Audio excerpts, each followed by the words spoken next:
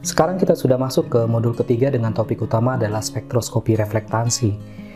Spektroskopi reflektansi merupakan salah satu inovasi dalam eksplorasi dan pertambangan yang berkontribusi untuk mencari sumber daya mineral secara lebih cepat dan akurat. Statement ini bukan tanpa alasan dan tidak berlebihan. Saya akan coba jabarkan alasannya. Kita mulai dengan membahas dasar spektroskopi reflektansi. Anda masih ingat, pelajaran kita di modul pertama khususnya membahas tentang prinsip dasar remote sensing dari sisi gelombang elektromagnetik? Kalau lupa, silahkan dapat dipelajari kembali.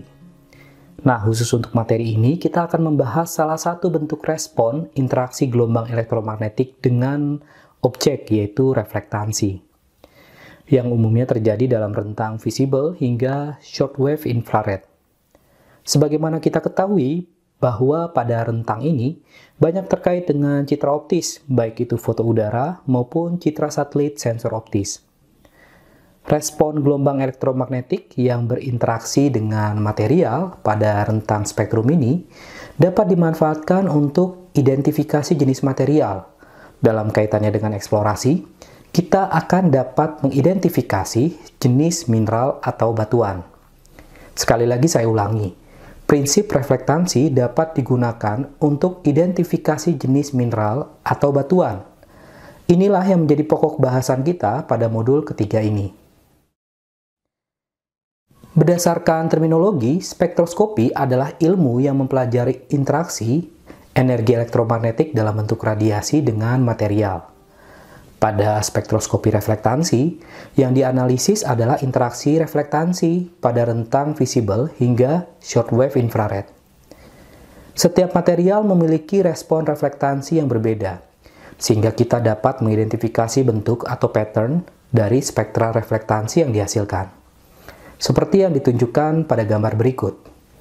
Kurva spektra reflektansi setiap material, dalam hal ini tanah, vegetasi, mineral, dan batuan, memiliki bentuk atau pattern yang berbeda.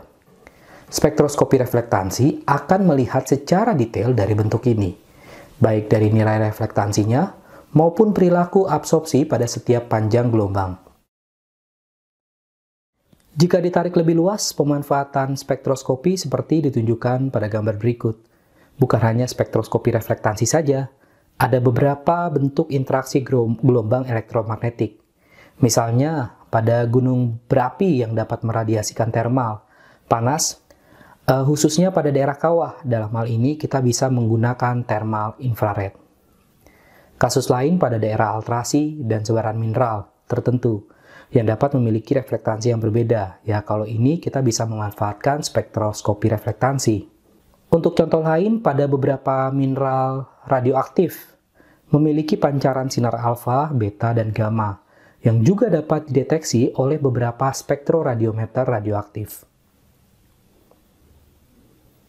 Kita kembali ke spektroskopi reflektansi.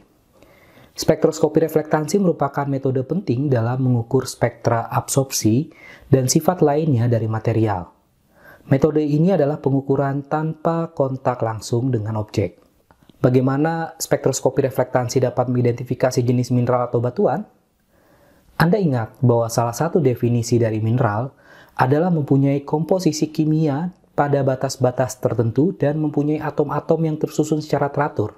Nah, pada dasarnya, atom-atom dan molekul-molekul tertentu menyerap energi elektromagnetik sebagai fungsi dari struktur atom.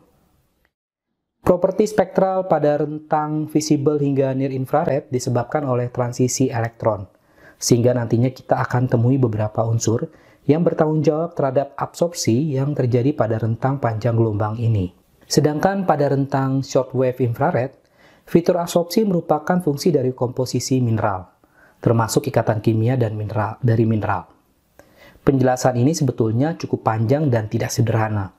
Di segmen kedua dan ketiga, kita akan membahas tentang fitur visible near infrared dan shortwave infrared secara lebih detail.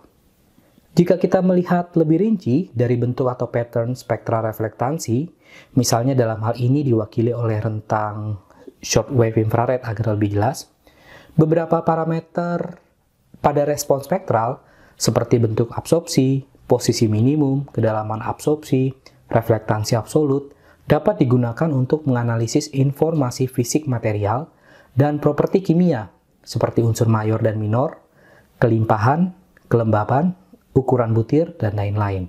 Selain itu, kurva reflektansi juga dapat dimodifikasi dengan tujuan untuk dapat lebih memperjelas atau enhance melalui metode continuum removal. Cara ini ditujukan untuk mempertegas absorpsi dan menentukan panjang gelombang yang memiliki fitur absorpsi yang khas tersebut.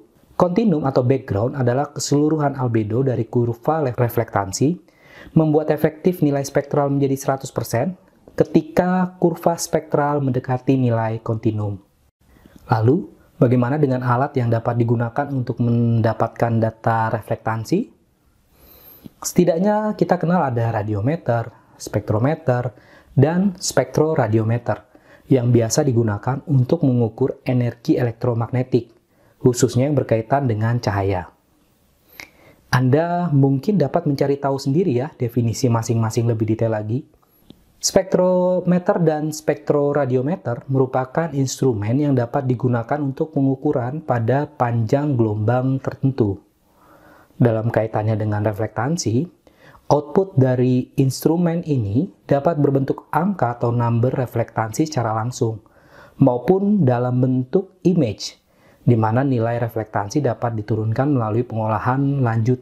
Jika nilai reflektansi sudah didapat, maka karakteristik bentuk atau pattern spektra dapat diolah dan digunakan untuk menganalisis jenis mineral melalui identifikasi spectral signatures.